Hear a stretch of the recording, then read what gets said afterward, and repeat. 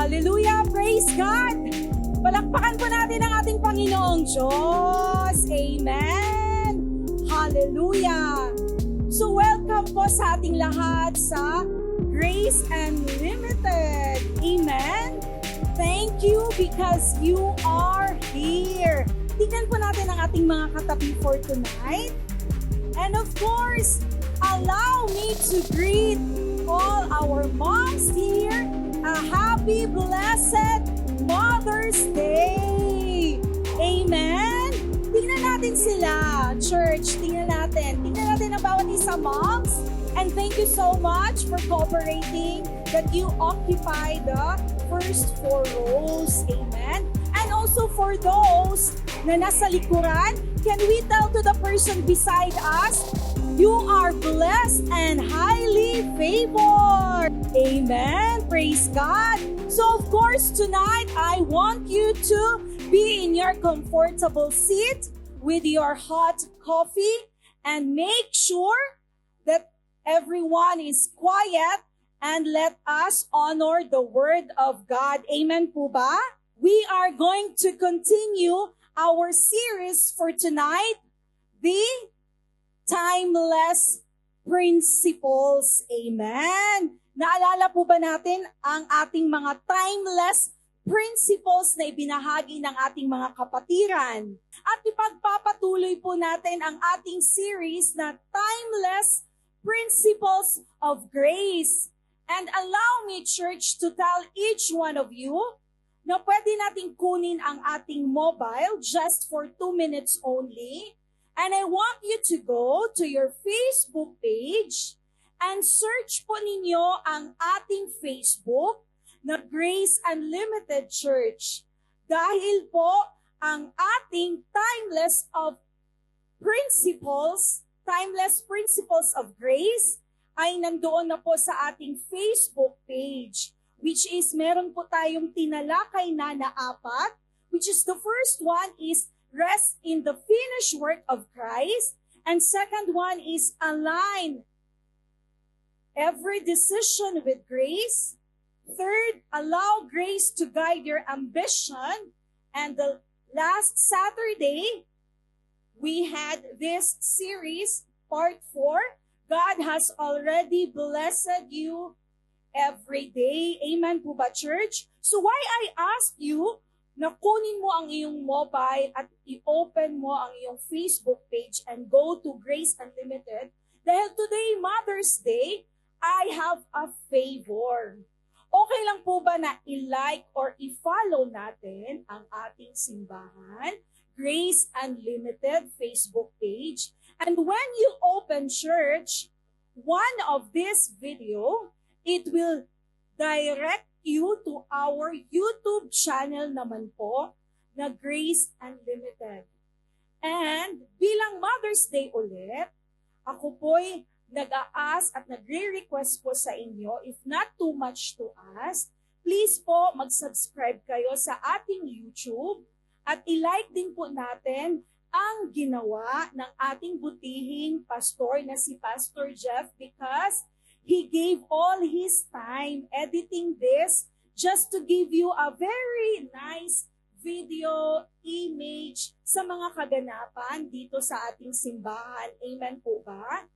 Amen. Praise God. So, maraming salamat sa lahat ng nag-subscribe, nag-follow, and if it's not too much to ask po, pwede nyo din pong i-share bilang bahagi po na tayo ay magkakasama sa Grace Unlimited Church. I think it's the right time now that everyone will know na ay ito palang kaibigan ko ay nagsisimba sa Grace Unlimited. Ay ito palang kaibigan ko ay born-again Christian at nagfo-follow siya ng simbahan na may biyaya ng Panginoong Diyos. Amen po ba yon? Amen. Praise God. Okay na tayo, church. Nag-follow na kayo. Nag-subscribe na kayo. Bibilangin ko yan mamaya. Okay? Praise God. So maraming salamat po sa pag-follow, sa pag-like, sa pag-subscribe. Hindi ko po yun sarili or personal na account, but this is our church, our way to share the message of grace and to exalt the name of Jesus. Amen po. Alam niyo, church, you are not meant to walk in this journey of grace alone. Alam po ba natin yon? Na ika'y hindi nag-iisa. Amen? Sabihan mo nga yung katabi mo, you are not alone.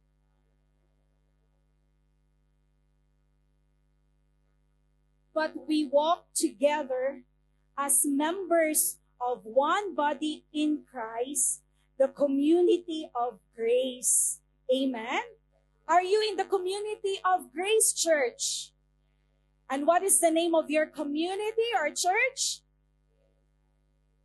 Wow! Excellent! Perfect score. Thank you po sa pag-cooperate.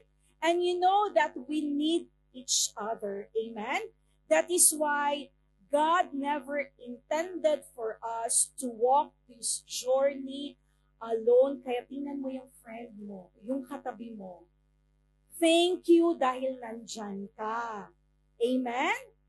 That is why the fifth timeless principle of grace is keep the fellowship of grace. Amen? What is our fifth timeless principle? Keep the fellowship of grace. And samahan niyo po muna ako sa maiksing panalangin before we will dive into the Word of God. Father God, maraming salamat po for tonight. Thank you, Holy Spirit, for being our teacher. Maraming salamat sa pag-cultivate ng aming mga puso at maraming salamat sa inihanda niyo pong mensahe para sa aming lahat. We ask all of this in your most mighty name, Jesus. Amen and amen. So what is fellowship? Sometimes we have heard this kapag ina-ask ka ng friend mo, please, samahan mo ako, may fellowship ang church. Tara na, samahan mo ako, punta tayo sa share group. May fellowship kami. Babe, tara na, huwag ka nang magbihis. May pa-Sharon doon. May fellowship. Ang aming share group. Madaming pagkaing inihahanda si brother at si sister. Tara na, join na tayo sa fellowship. Huwag kang mailang dahil we are all family. We always use and keep on using the word fellowship. And we love to hear this word fellowship. Bakit nga ba? Dahil po ang fellowship is a gift of grace. Fellowship is a gift of grace that strengthens, encourages, and build us up in Christ. Amen po ba? Ano nga po ulit yung fellowship, church?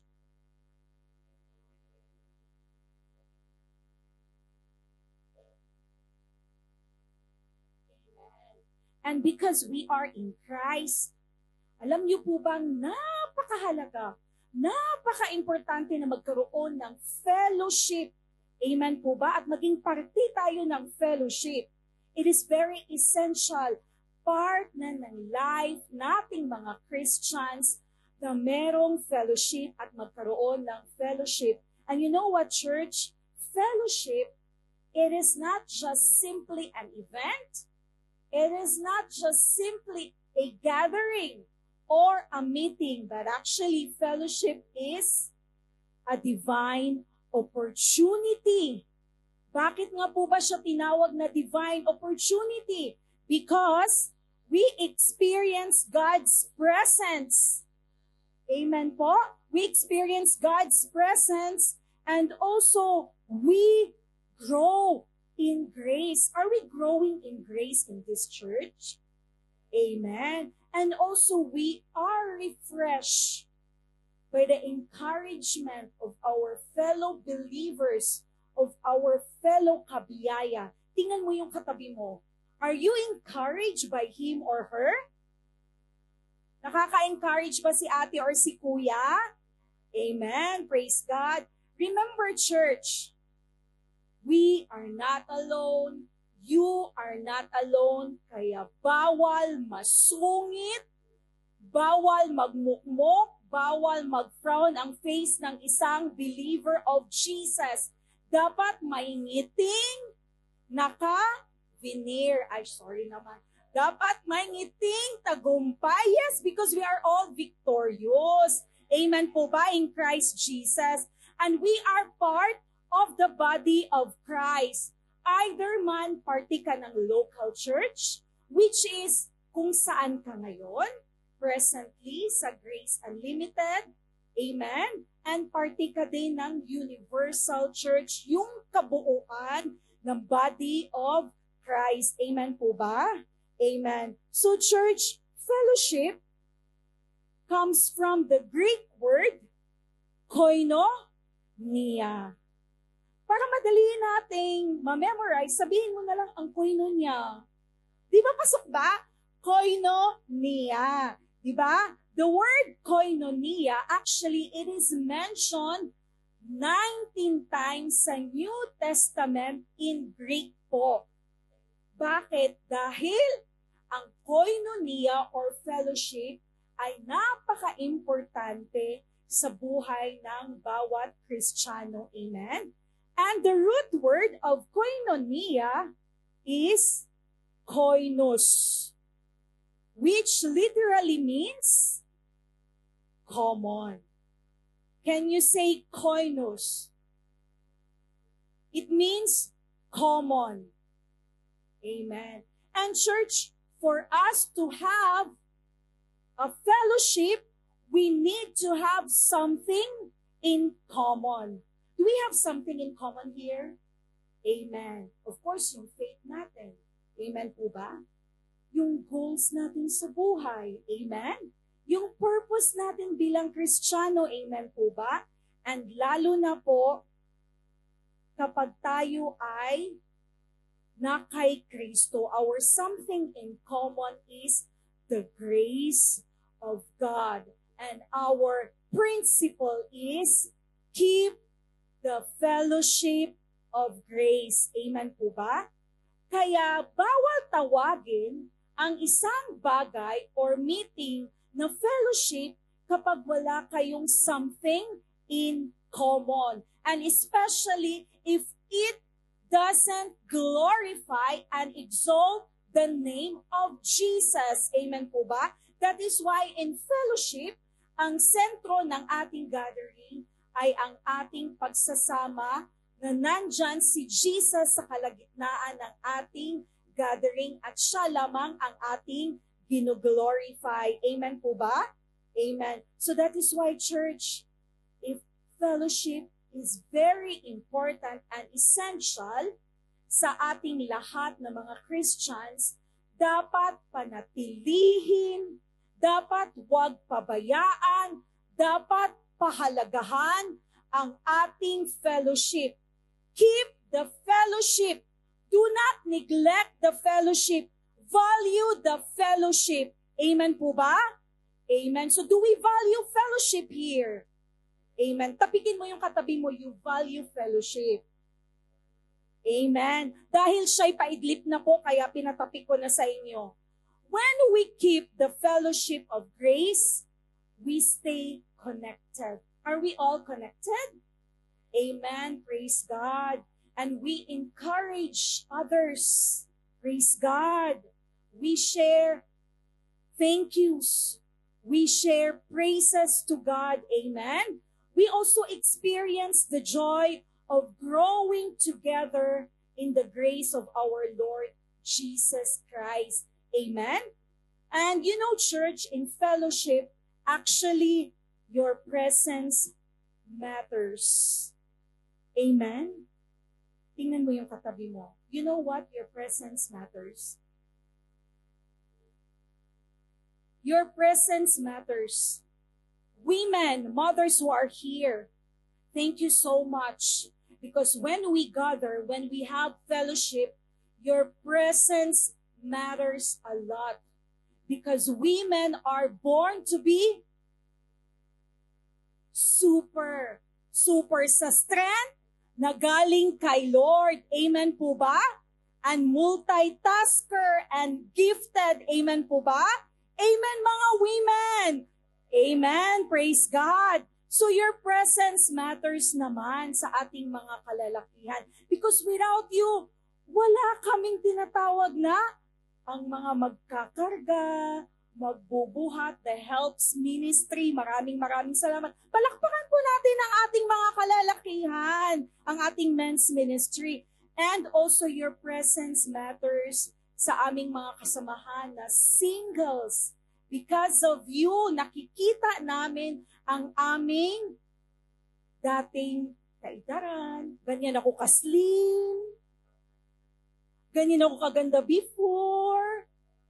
Yung hawak ko 24 inches, ngayon 44. So naalala namin yung aming mga past in you, kung gaano din kayo ka-on fire sa Panginoong Diyos when we encountered first the love of our Lord Jesus Christ. Truly, your presence matters because you bring joy in this place. Amen po ba? You bring fire during the worship service when you worship God. Amen? So sabihan mo yung katabi mo, your presence matters. Amen. In fellowship also, church, your encouragement makes a difference. Amen? In fellowship, your encouragement makes a difference. Bakit nga po ba your encouragement makes difference? Because you are sharing the Word of God. You're sharing the message of grace. When you speak the Word of God, you speak the truth. You speak boldness from God. You speak wisdom. And you speak love from our Lord Jesus Christ. Amen? So that is why nagpapasalamat kami sa lahat ng mga messengers of grace. Salamat sa inyo na kayo'y nagpatuloy magbahagi ng salita ng Diyos. Patuloy manalangin para sa simbahan. Amen po ba?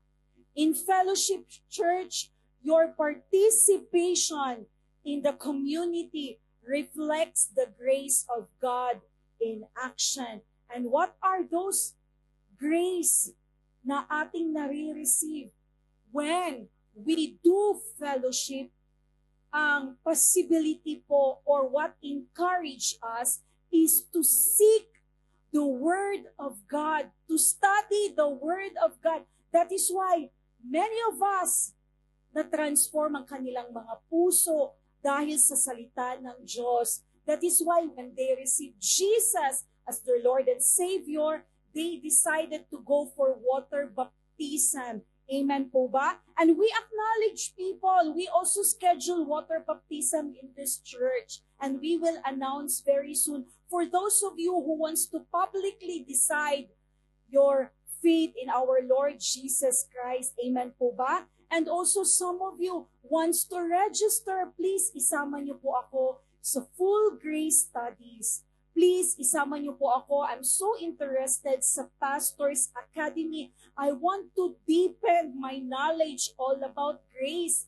I want to experience and I want to build up my faith sa salita ng Diyos. Amen po ba? Church, maybe you are not aware of this. But when you come to church, not all of us are being greeted. Alam mo, kachat, kakumustahan. Because praise God, we are more than 80. Palakpakan natin si Lord.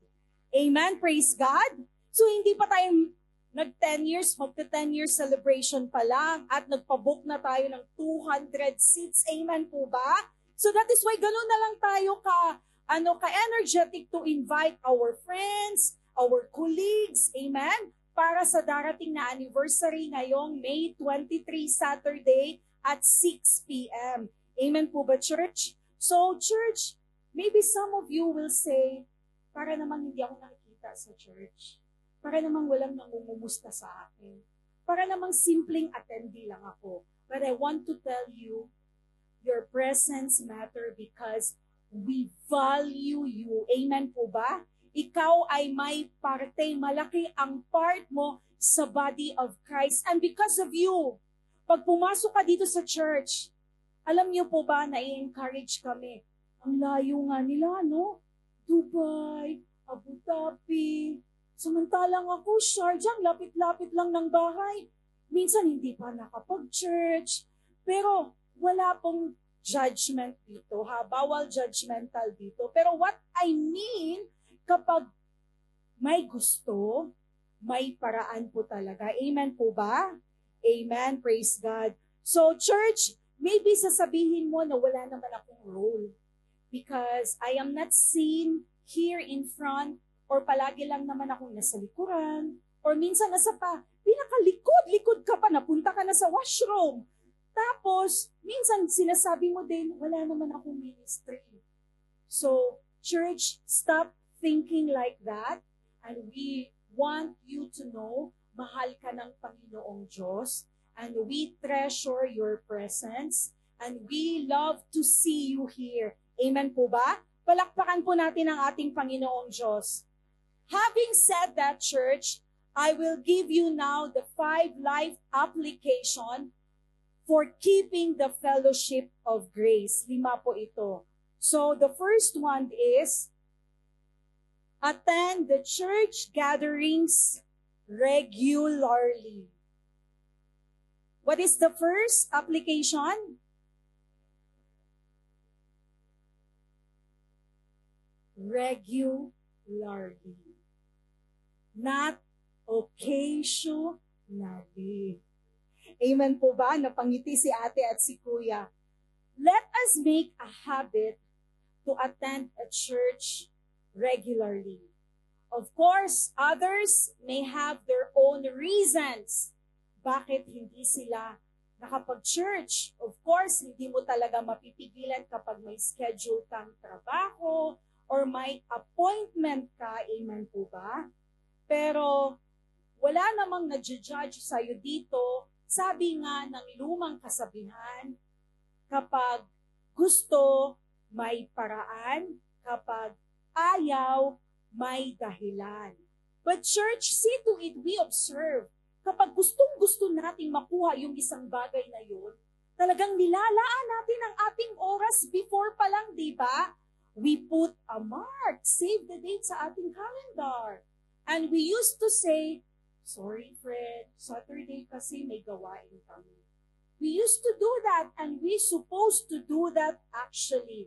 We should not tell that palagi tayong libre sa kung anong extracurricular activities. But I know, church, you have given so much to attend, to come in the fellowship of grace.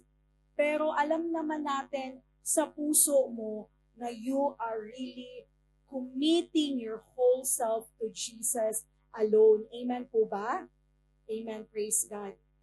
So attending church gatherings regularly, actually, it is more than just a commitment. That is why here in church, we do not check attendance one by one. Check mo nga si ano. Hindi kami dito nagmo-monitor isa-isa or na nagpupulis kung saan si ganito. But of course, we ask because we are concerned, because we care about you. We want to pray kung ano ang nangyari sa'yo. Baka wala kang pamasahin, susunduin ka ng Chevrolet ni MC. Di ba MC? Di po ba? Yes! Anytime, anywhere. Within Sharjah, joke lang. Within UAE po, wala pong problema. And of course, ang dami nating kapatiran. They are so blessed na merong mga sasakyan. Palakpakan natin sila. They are there to help you, to assist you in times of need so that you can attend church regularly. And actually, church, attending church is more than just a commitment because it is actually a grace-filled opportunity, amen, to experience God's presence and be strengthened in our faith. When you come to church, what do you feel? Refresh. Amen po ba? Nai-strengthen ka. Amen po ba? When you come to church, you are filled spiritually. And when you come to church, nakapagkape ka pa. At nakapagpandesal, di ba?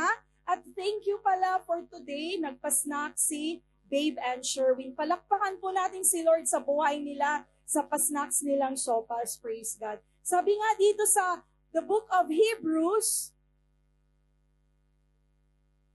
chapter 10, verse 25, let us not give up meeting together as some are in the habit of doing, but let us encourage one another, and all the more as you see the day approaching. Church, can you say habit of doing? Amen?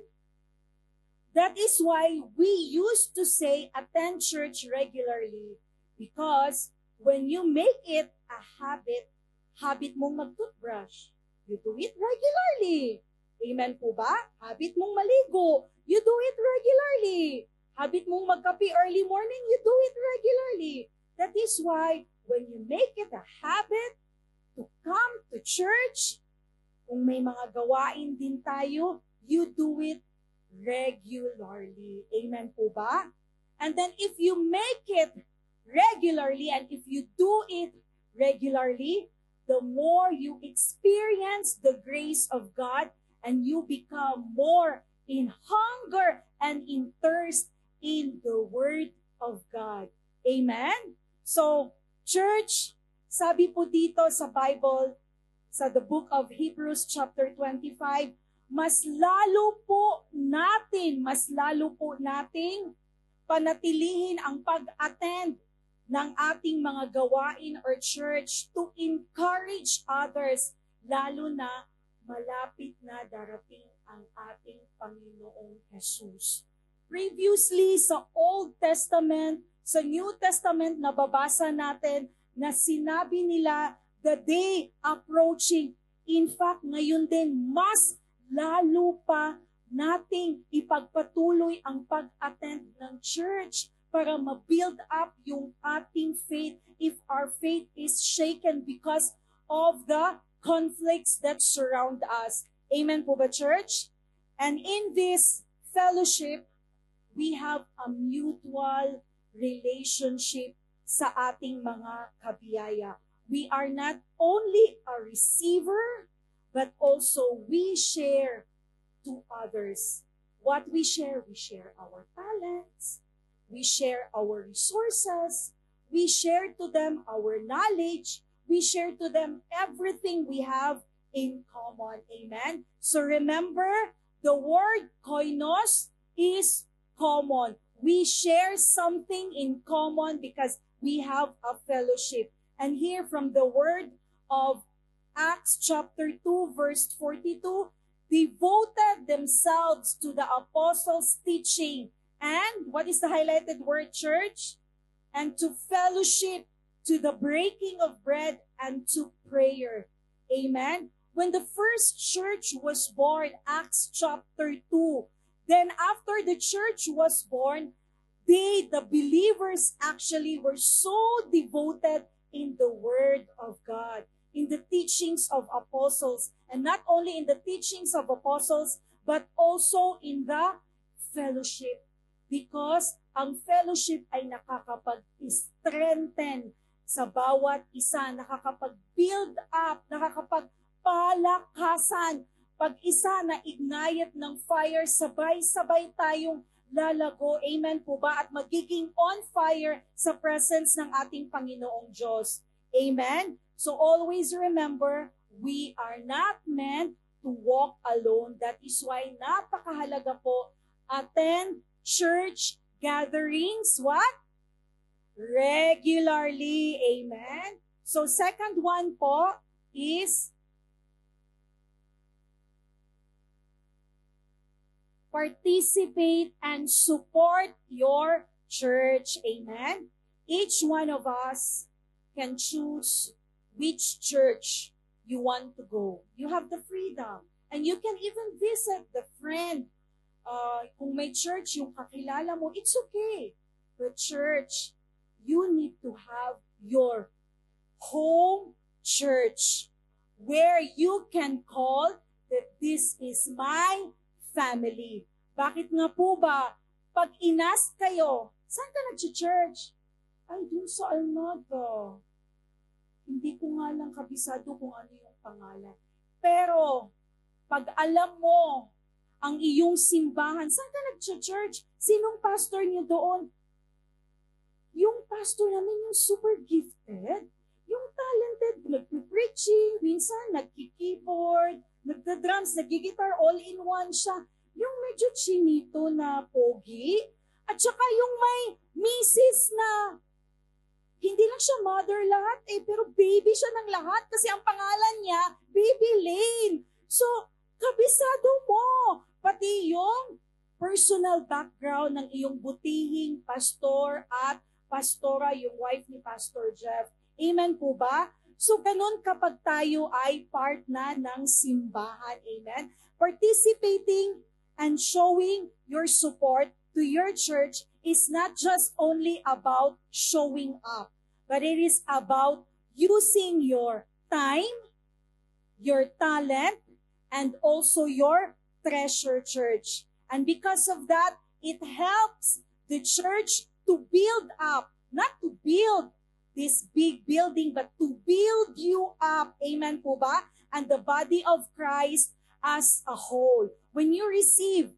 the grace of our Lord Jesus Christ sa pag-attend mo regularly here, and praise God, we have so many new worshipers na ngayon na nag-filled up to be part of the worship team, music team. Palakpakan natin ang ating Panginoong Diyos. Walang nagtulak sa kanila ha? May nagtulak ba te?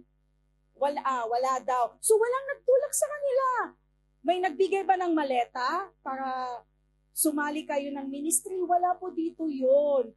Dahil po talagang mismo, kapag ikay uma-attend ng church regularly, nagkakaroon ka po ng desire sa puso mo na gusto kong mag-participate. Gusto kong maging usher. Gusto kong mag-support sa church. I will give my time. I will attend yung mga gawain, Bible study, prayer meeting, kung ano man pong gatherings meron ang church. Dahil ganun ka binabago ng biyaya ng Panginoong Diyos. And we should be part of the church mission. Alam niyo po ba kung anong mission ng Grace Unlimited? Mission possible. Amen? So ito po ang mission ng Grace Unlimited. The mission here in Grace Unlimited is what?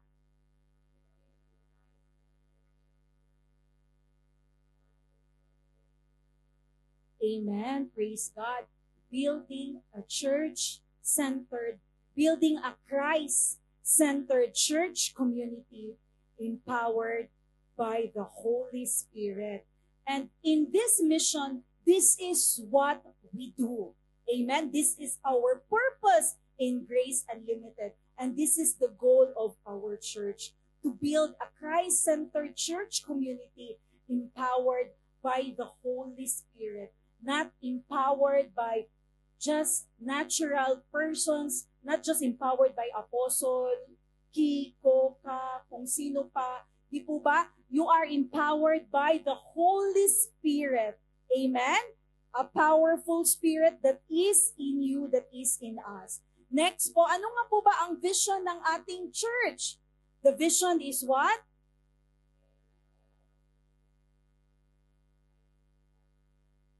Amen. And that's supposed to be our desire. Sa puso natin na I want to share the love of our Lord Jesus Christ. And I want to testify the gospel of grace. And because of that vision, may leading ka na kung ano ang gagawin mo. Amen po ba? As a member, as a part of this church. And that is what encourages you na magpatuloy dahil meron kang kakilala. He doesn't know the love of our Lord Jesus Christ, and he doesn't know the gospel of grace. Amen? Kaya may direction ka because your church has a vision and may mission ka, and you know your purpose, how you can help the church, how can you help to build this church more pa na community. Amen po ba? So the book of Acts chapter 4 verse 32, it says, all the believers were one in heart and mind. No one claimed that any of his possessions was his own. But what they do, they shared everything they had. Sumasagana ang biyaya ng Diyos kapag meron pong fellowship. And through fellowship, walang naiiwanan po. lahat lumalago, lahat po umuunlad, lahat sama-sama, lahat nag-i-enjoy sa pagpapala, sa pabor at sa presensya ng ating Panginoong Diyos. Amen? So 1 Peter chapter 4 verse 10, it says, God has given each of you some special abilities. Be sure to use them to help each other, passing on to others God's many kinds of blessings. Amen po ba? So, may kaloob ang Panginoong Diyos para sa iyo. You are gifted and you are talented. Alam mo ba yon? Pwede bang nating sabihan ng ating mga sarili, I am in Christ, I am gifted, and I am talented. Amen. Grace is not only being preached here in front, being preached when we have our share group, but also grace must be brought to all the places kung saan ka inassign ng iyong butihing pastor, leader, core leaders. You just need to commit and have the willingness to go and share the message of grace. Amen po ba? So that is why mahalaga to keep the fellowship of grace. Always remember what we will do. Second, participate and support the church. Amen. Praise God. So, pangatlo po is think of your church as your family. Amen. Are we all family here? Amen. Praise God. Actually, church, some who are not here, of course, in this church, meron pong iba na they don't have this kind of mentality na they are going or they must think that their church is a family. Others are thinking parang organization lang. Yung iba ay parang meeting lang yan, establishment, or let's say grupo lang yan. Or merong iba parang iniisip club, parang Lions Club. Diba? Meron namang isa, iniisip parang Power Rangers Club lang yan. Pero kapag naranasan mo ang biyaya ng Panginoong Yesus, masasabi mo na I have my spiritual family because I know that God is at the center of my family. Kaya po bilang Mother's Day ngayon pa lang po sasabihin ko sa inyo, you have spiritual mothers here in this church na magagabay sa inyo, mag-i-encourage sa inyo, who can give wisdom to you and pray for you. Amen po ba? And of course, ang ating buting si Pastor Jeff, is ang ating spiritual father in this church. Dahil siya po ang binigay ng Panginoong Diyos para sa simbahan na ito. Amen? So church, you are already blessed because you have your physical family. Amen po ba? Who are blessed here because they have physical family? Amen. And the more you are blessed because you have a spiritual family who will be there to support you spiritually, to encourage you whenever you are down, to help you in times of need. May matatawagan ka, may kilala ka na pwede mong tawagan at ipag-pray ka, may kilala ka na pwede mong malapitan at ma-seek siya for counsel. Amen po ba? Together, church, we grow in grace, encourage one another, and walk in God's love as one big family in Christ. That is why yung mga kabataan, yung ating kids, we are rest assured na nasa mabuti silang kamay because our GU Amazing Kids teachers are there to teach them the message of grace. Amen po ba? Palakpakan po natin ang ating GU Kids teachers. Amen? The book of Ephesians chapter 2 verse 19 says, "So then, you are no longer strangers and foreigners, but fellow citizens with God's people and members of the family of God." Kaya church, kapag ikay regular uma-attend sa simbahan, you have your own home, you have your own family That is why we used to say, ay si brother, ay si sister, amen po ba? And also, we are so blessed because hindi po tayo strangers sa simbahan na ito. Everyone knows us. Kaya pag nalalapitan ka, you are not anymore ashamed or embarrassed para lumapit doon sa taong yun. Amen po ba? Because you belong in the family of God that you can trust. Amen? Praise God. So Galatians chapter 6 verse 10, it says, therefore, as we have opportunity, let us do good to all people. To all. Not selected people, not people who are doing good things only to you, but even those who do not, or even those people who ignored you. Amen po ba? Let us do good to all, especially those who belong to the family of believers. And you are part of that family. Amen? So dito sa church, nakakaranas tayo na we have the spirit of comfort, we receive the spirit of peace, the spirit of joy, because these people, yun yung pwede nilang maibigay sa atin. Nabibigyan tayo ng bagong pag-asa kapag tayo'y nadi-disappoint at nadi-discourage sa buhay. Amen? Our physical family is a blessing for this life, but our spiritual family in Christ is eternal. So, we are here, we have our own family, but eternally, we don't have that kind of family anymore in heaven. But our spiritual family ay matatawag pa din nating family because we are the family of God. Amen po ba? So sa number 4 po,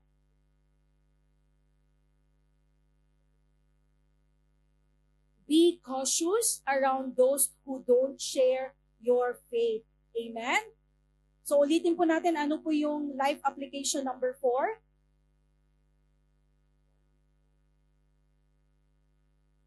Amen. So dapat po church, maging vigilant tayo. Amen po ba?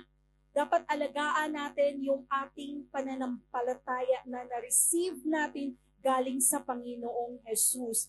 Be cautious dahil meron pong iba na nagtuturo ng tiwalig sa ating pananampalataya at yung iba ay mixed. They are half grace, half works. Amen po ba? But we do believe only in the finished work of our Lord Jesus Christ, and that is enough for us. His grace is enough. Amen po ba?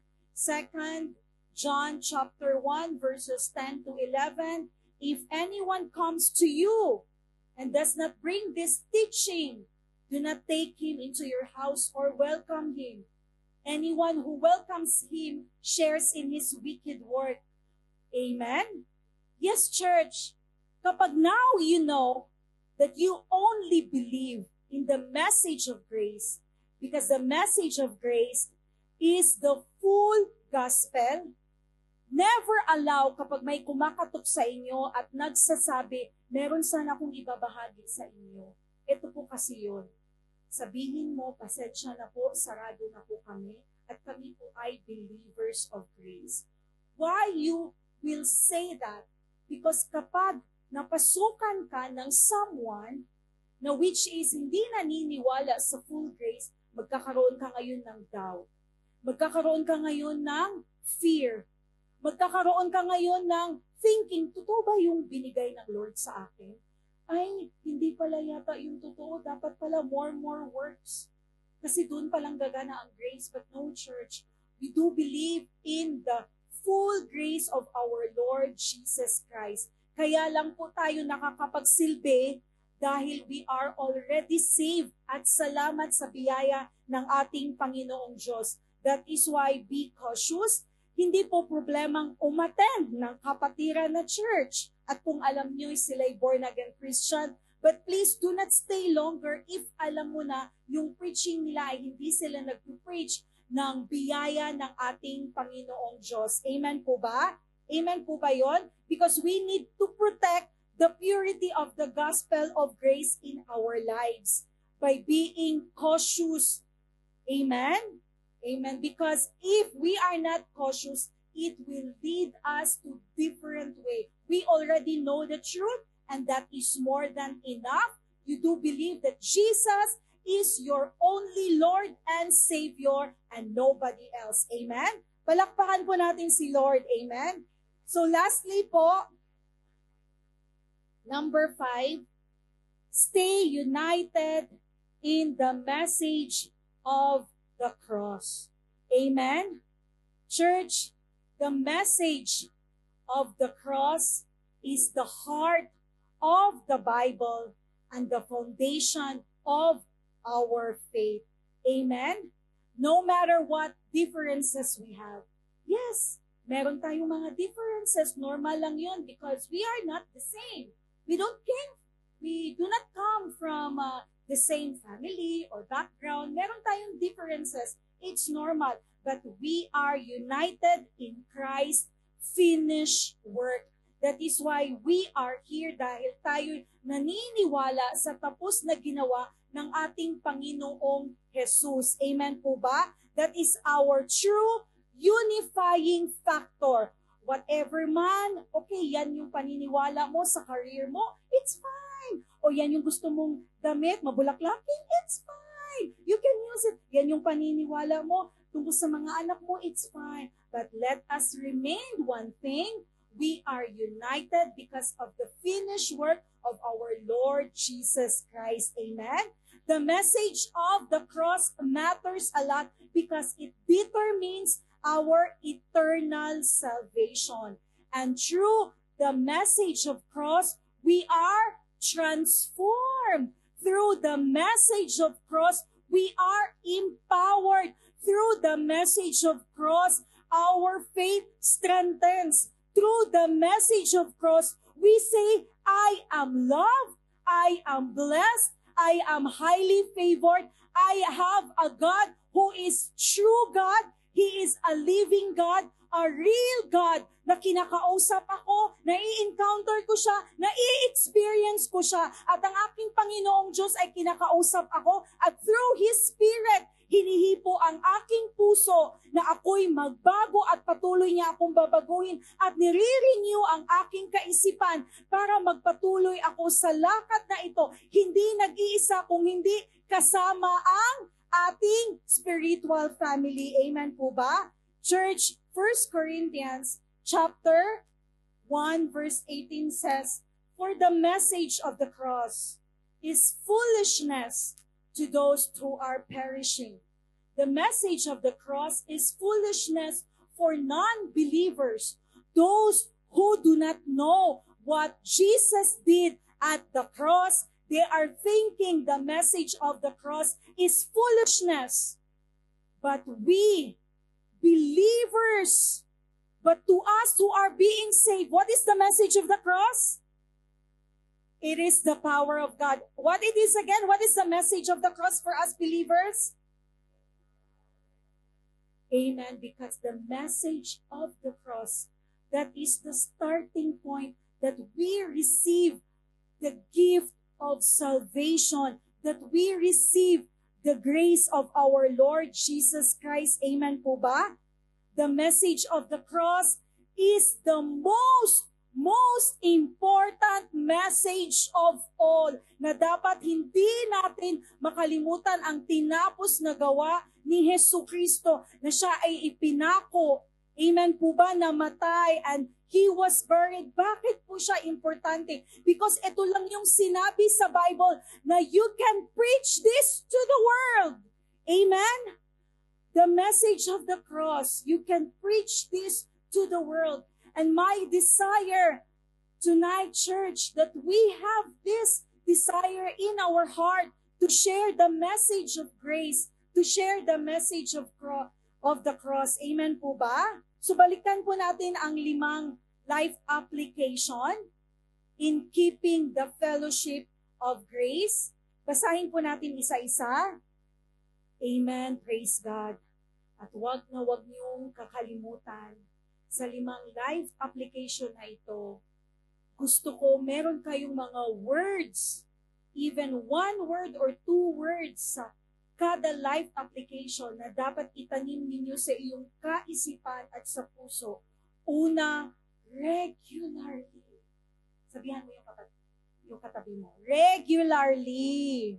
Attend church. Amen? Not every Mother's Day only, my friend. Amen po ba? Okay, kasi next year pa ulit ang Mother's Day. Meron pa tayong anniversary at this coming 16 May din po, meron tayong ministry na mangyayari. So number 2 po, support your church. Amen? You may not support financially, but your presence, your time, your talent, that is more than enough. And magpapasalamat ang Grace Unlimited sa inyong lahat. Number 3, family. Amen? Huwag niyong kalimutan yung word na yon, because we are family. We are not just simply a community. Amen? We share the love of Jesus. We grow in the grace of God. Amen po ba? Number 4, share your faith. Yung pananampalataya na naniwala ka sa mensahe ng ating Panginoong Diyos, the message of grace. Number 5, message of the cross.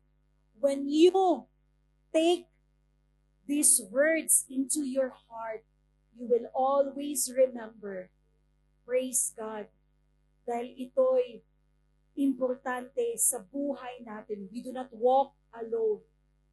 There's no need to fear. Bawal magmukmuk, bawal mukmuki na Kristiyano. Dapat maging masayahin tayo, dapat magkaroon tayo ng satisfaction sa ating puso dahil ang ating Panginoong Diyos ay binigyan niya tayo ng gift of grace, which is ang fellowship. Amen po ba? Believers are not meant to walk their spiritual journey alone, but as members of a family. And to end this, the 5th timeless principle of grace, our big idea for tonight is, in Christ, I am called to love and cherish my spiritual family. Ulitin po natin sabay-sabay. In Christ, I am called to love and cherish my spiritual family. Let us all stand up. Palakpakan po natin ang ating Panginoong Diyos at ang kanyang banal na mensahe. Praise God.